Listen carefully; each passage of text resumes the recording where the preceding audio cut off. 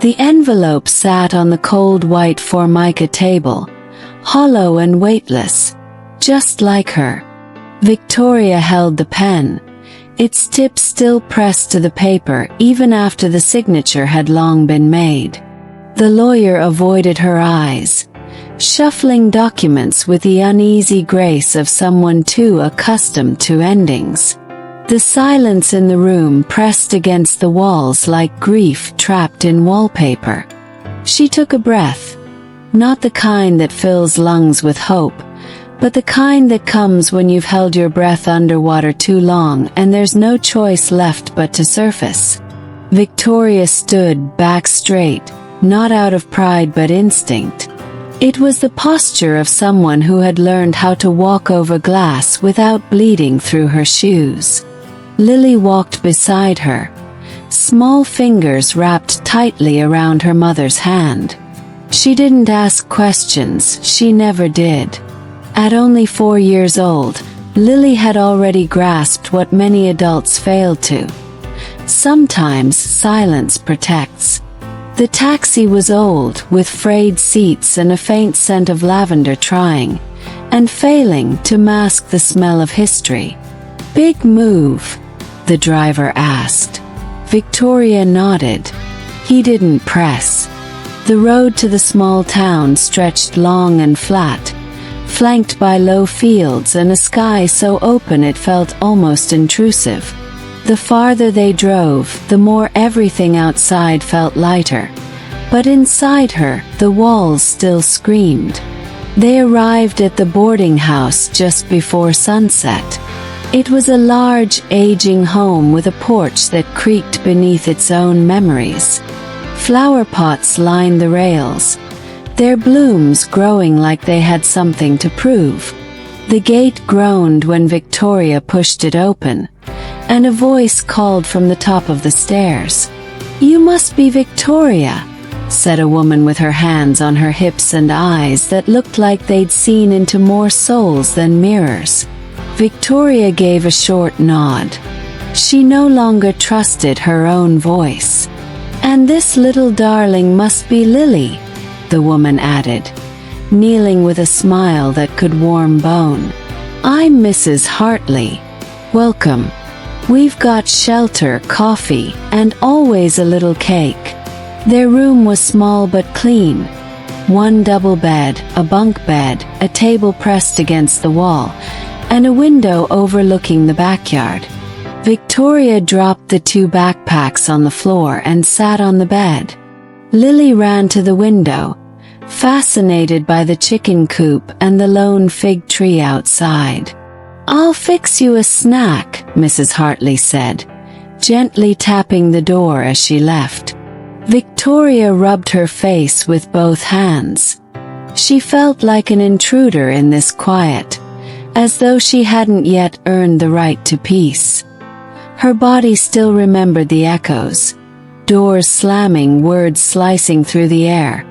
Nights she pretended to sleep just to shut out the sound of what came next. Lily sat on the floor, drawing in a worn sketchbook. "It's okay, Mommy," she said without looking up. Victoria bit her lip. How could a child carry so much clarity without even knowing how to read? The next morning, over coffee and toast, Mrs. Hartley spoke gently. "There's a man here in town, lives alone. Ethan could use some help, light housework, cooking. Nothing strenuous." Victoria hesitated. She'd never cooked for pleasure, only for survival. But survival was something she was good at. That afternoon, she walked to Ethan's house, a large, slightly neglected place nestled among tall trees with an iron gate and the aura of something once loved and now forgotten. The garden was overgrown, the paint peeled. It reminded her of a man's suit left untouched in a closet too long. She rang the bell and waited. When Ethan opened the door, it took her 2 seconds to realize. He wasn't just quiet. He was absent, a man whose soul lived somewhere far behind his eyes. "You must be Victoria," he said after a beat. "Mrs. Hartley mentioned you. Come in." The house was clean but hollow. No music, no photographs. The furniture was dark, the air still. He led her to the kitchen, showed her the cabinets, the pantry, the spices. Spoke in short sentences. Gave instructions like polite commands. He needed someone to come each morning, maybe stay through dinner. She accepted. That evening, she returned to find Lily asleep on the couch. Mrs. Hartley was draping a blanket over her. "You ever need someone to watch her?" she said softly. "I'm happy to." That girl's got light in her eyes. Real light. Victoria swallowed hard. A tear she hadn't agreed to feel was threatening to escape. She slept early that night, but her dreams were unforgiving. The same nightmare returned. His voice, those eyes, the sound of the door locking behind her. The next few days fell into a rhythm. She arrived at Ethan's house each morning, cleaned slowly, cooked simply. He never ate in front of her, never made conversation beyond necessity. Sometimes he left a note, sometimes not even that, but always there was respect. And respect, after the years she'd lived, felt like love. On the days Mrs. Hartley was busy, Lily came along. Victoria feared Ethan's reaction, but he never objected. He simply watched Lily as she played in the quiet spaces of the house, building towers from plastic containers, drumming on pots with wooden spoons. Victoria still walked like the floor could disappear at any moment. She smiled like it might crack her face. She placed dishes on shelves with the precision of a ritual, because if everything was in its place, maybe the chaos inside her wouldn't spill out. One afternoon, she was aligning cups in the cabinet when she sensed she wasn't alone. She turned slowly. Ethan stood at the doorway, arms crossed, eyes softer than usual. He hadn't spoken. She hadn't heard him. She turned back to the sink and caught his reflection in the window. Her heart jumped, not in fear, but in readiness.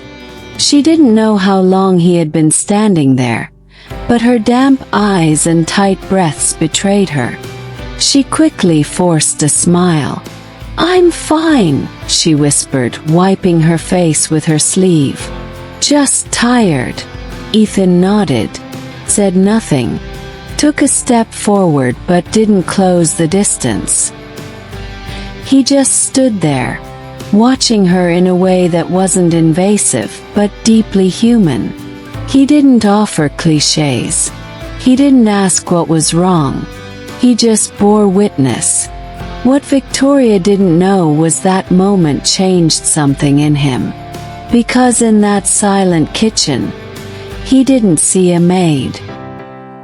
He saw a woman trying not to drown while pretending she was floating. And he knew that place. He had lived there once too. The next morning, Mrs. Hartley had a doctor's appointment and couldn't watch Lily.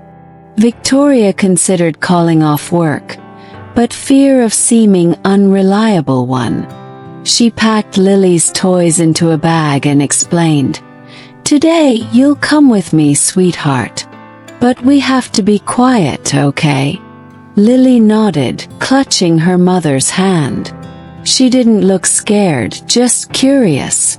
Ethan was in the living room when they arrived, writing in a notebook. He raised an eyebrow at Lily, but not in annoyance, more in intrigue. Victoria opened her mouth to explain, but Ethan held up a hand.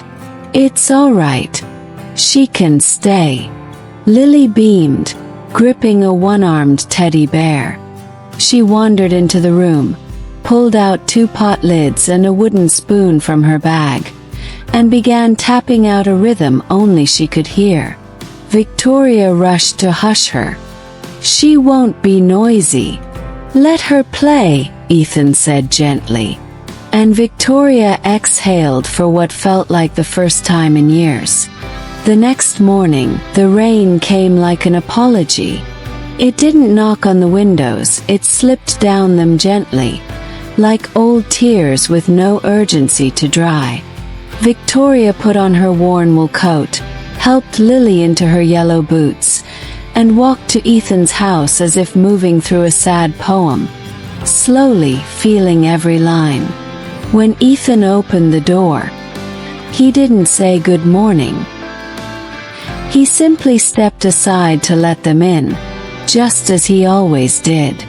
Lily ran to the living room rug where she built small cities from wooden blocks and the vastness of her imagination. Victoria went to the kitchen to warm the milk. She looked instinctively at the old clock on the wall, 8:12.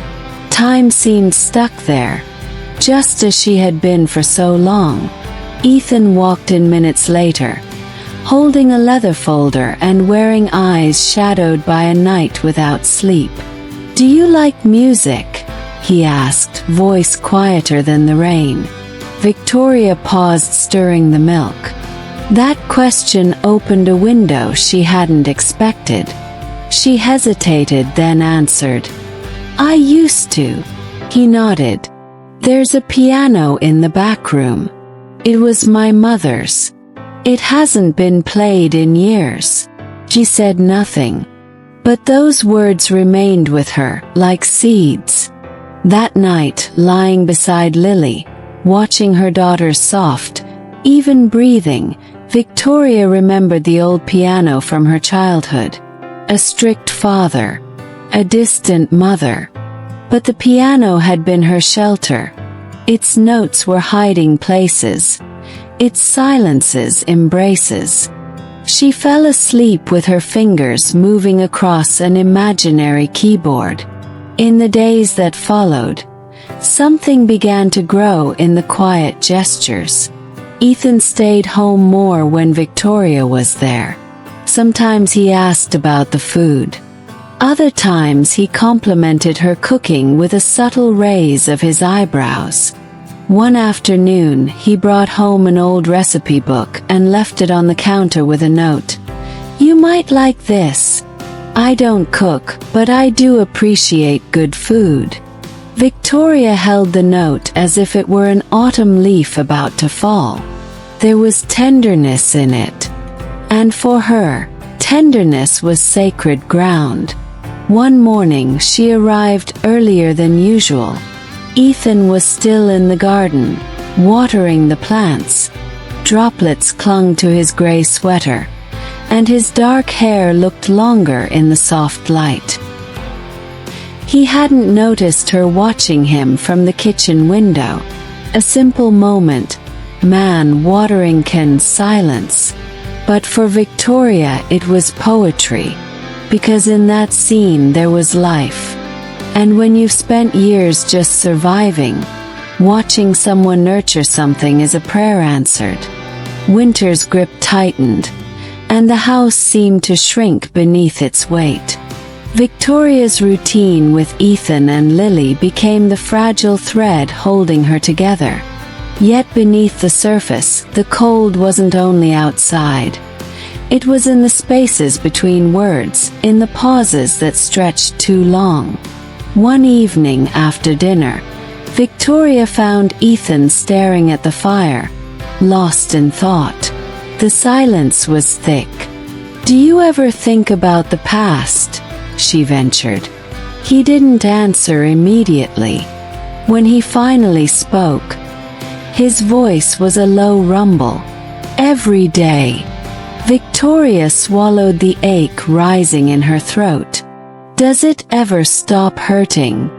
Ethan looked at her, eyes heavy with memory. "No. But sometimes it gets quieter." She nodded. "I feel the same." That night, Victoria lay awake, Lily asleep beside her. Her mind raced with what-ifs, with prayers unspoken. The ache inside her felt less like pain and more like a wound slowly learning to close. Days passed, and the small town began to feel less like a refuge and more like home. The neighbors smiled at Lily, who reciprocated with shy grins. Mrs. Hartley's kindness was a steady flame. Ethan's occasional glances carried a new warmth. One afternoon, while cleaning, Victoria found a faded photograph tucked behind a book on Ethan's shelf. It showed a younger man and a woman smiling beneath a blooming cherry tree. His wedding photo. She returned it to its place but couldn't shake the image from her mind. She understood grief's shadow better now, and the quiet strength it demanded. Music began to fill the house. Ethan found the piano keys again. Hesitant at first, then surer. Victoria watched him play, the melody a thread stitching broken pieces together. Lily danced in the living room, her laughter like sunlight. Victoria felt the walls inside her soften. One evening, Ethan handed her a small box, wrapped in plain brown paper. Inside a key. "To my old house," he said.